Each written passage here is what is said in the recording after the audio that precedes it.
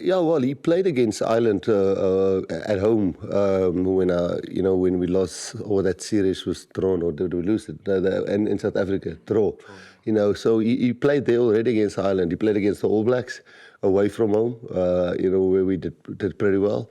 So, no, but we must never forget what Andre Pollard has done for us in crunch times and what Mane has done for us against Scotland in the quarter-final or semi-final of the World Cup. So, yes, we won't get overexcited because I think the hype around him is not caused by himself.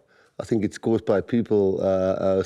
He's very level-headed, and in the team environment, he's doing really well. But as we always say, there's never been a World Cup win. And I don't know if Johnny Wilkinson was 25, but never been a World Cup win with a fly-off younger than 25 years old. So, he's still 2 years away, and then he's 25. So he'll keep on growing, and we'll try and manage him correctly. Yeah, no, he's serious. I don't think he'll play the rest of this tour. Unfortunately, in the tackle situation, I think it's his ankle and his knee. So, he's on crutches. So I don't think we'll have him for the rest of the tour. We are probably planning to replace him. We've got obviously Buan and Gerard. Gerard, I thought, also played really well. And then Thomas is back. And then we have obviously Wilco and what's his name, Zach, that played today.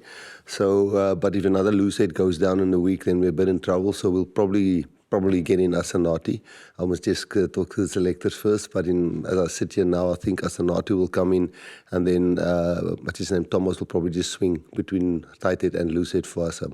I must just first get the go-ahead from the selectors, but that's the way our heads are currently. Japan is vir ons, die warm-up, obviously ons Brighton sal nooit uit ons koppe kom nie, want dit was ongelooflik wat Japan op die dag gedoen het. Dan ons warm-up match teen hulle, ons het nog net 3 keer in die geskiedenis gewen.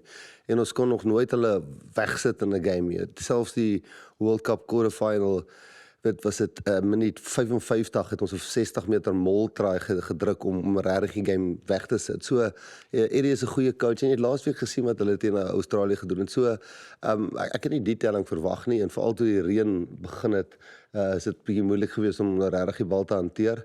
En obviously 'n jong vaskop wat gespeel het en 'n paar manne wat lanklaas gespeel het vir ons. So was 'n bietjie aangenaam verras met wat die eindtelling is, maar ek dink is meer die wat se intent, die vasberadenheid waarmee die ouens teen 'n span soos Japan op die veld gegaan het en hulle die nodige respek gegee het en opgepitch het soos vir 'n All Black span met die fisiesheid en die intensiteit. Want obviously alles was nie perfek nie, maar ons is baie trots op mekaar oor hoe die intensiteit was. Ja, well, Damian Willems is back next week. He'll be fit. Even we didn't pick for the specific game, to get game time into Luot and Frank, who plays in Japan, and also give RG a 80. That was good to see him play a full 80. What was your question?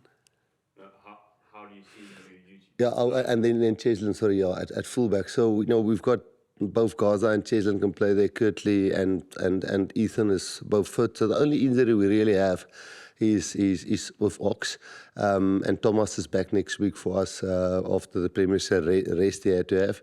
So, but we know France. In France, playing them away from home. I remember in 2022, I was not a water boy. I was next to the field. We were still allowed next to the field there, and the passion and the intensity and the pressure and the whole cauldron in which you play there. I think we've got sufficient depth and quality and players of experience and enough youth in there, but it's a totally different ball game there when you go in there. It's really a pressure cooker and it gets to you. It did in 2022. We lost it. I think Kwaga got a yellow and Peter Steff got a red. And then obviously we beat them in the World Cup, but we also know how close that game was. So now it's a massive game for us to come, and then obviously there's Ireland still and two other test matches. So I think in personnel-wise, we're not in a bad position, but it will be a massive step up from today and maybe some of the other test matches that we played in the incoming series. Obviously New Zealand, Australia and Argentina was tough. And I can't say Italy was not, because we still have to play them this year. But I think we're building well, but pressure is another thing, and we'll feel that next week. I think most of the guys has experienced what it's like that sound and the way the French whistle and how they support their team. So most of the guys would have experienced it. I don't think it's necessary for that, but we'll keep us reminding each other. Like the Eden Park game, we knew what was coming, and we still couldn't do it there. So no, we'll have to do some really intelligent stuff and physical stuff this week to be ready for that game. I don't think the Boomboks, most of the guys has experienced that atmosphere. For us, knowing their players not that well, and we only trusted more on our players who plays in Japan. There was, I think, 9 or 10 guys of the Japanese team who's played 10 or less test matches, who doesn't have double figures in test matches. They also had a 22-year-old hooker who starts. And you must put that into perspective. The caps that they had under their belt, I think, was average 16 caps. And they really lifted themselves last weekend against Australia. And for a team like that with not that amount of caps, it's difficult to analyze them, and Eddie is really sharp. But then in a game like this, where a lot of stuff clicked for us and worked for us, bouncing balls, where the ball got knocked on, it bounced into our hands, and there were some brilliant individual tries. But I think Eddie is not in the fortunate position where he's got guys with 40 and 50 test matches right through from number 1 to 15, where we're a bit more blessed in that regard. And I think Japan doesn't get the opportunity as much as we do to play against tier 1 nations. And I think the more they get that opportunity, like last week, we'll see.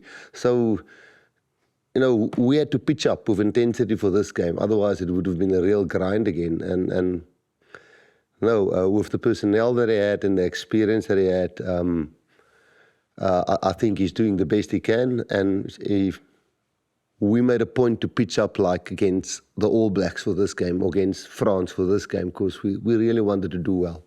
So otherwise, I can't really comment on his tactics. No, I think it's good to have like versatile players like Kwagga. Kwagga obviously played in the sevens. He can, if we go 7-1 split, he can also fit in the back line. Andre now, who's the new one who can play, and then both of our scrum halves have come in at wing.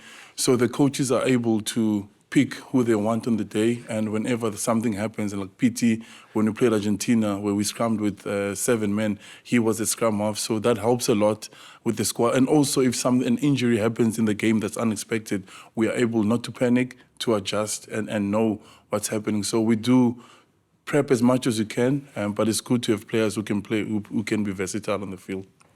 Yeah, it was special. It was really good. It's special, the support. South Africans always come out in numbers, and it was so great to see so many come out and enjoy and still stay long after the game, even though it was raining. And we've got 4 more, and we're going to need them in every single one of them, whoever can travel. So we'll encourage them to come to all the games. So yeah, first of all, say thank you to them. The one biggest thing I can tell you between the two times we've played them is in 2015 is a preparation. It's completely different. Like Coach says, we don't know a lot of the players because they don't have a lot of caps.